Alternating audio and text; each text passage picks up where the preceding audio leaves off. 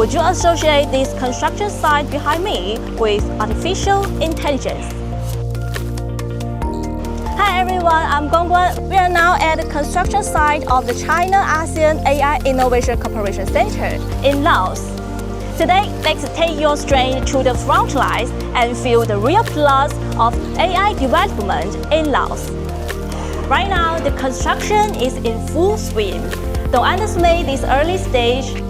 Within a month, this place will become one of global spotlight in the AI industry. Once completed, it will become a full-feature AI display center. It will bring together digital economic resources from smart city, smart tourism, and smart agriculture in Laos, using AI technology to boost various sectors across the country. As the first AI cooperation platform signed with China and ASEAN countries, we also hope that in the future, starting from this center, Guangxi will continue to deepen cooperation with ASEAN countries and move into AI area hand in hand.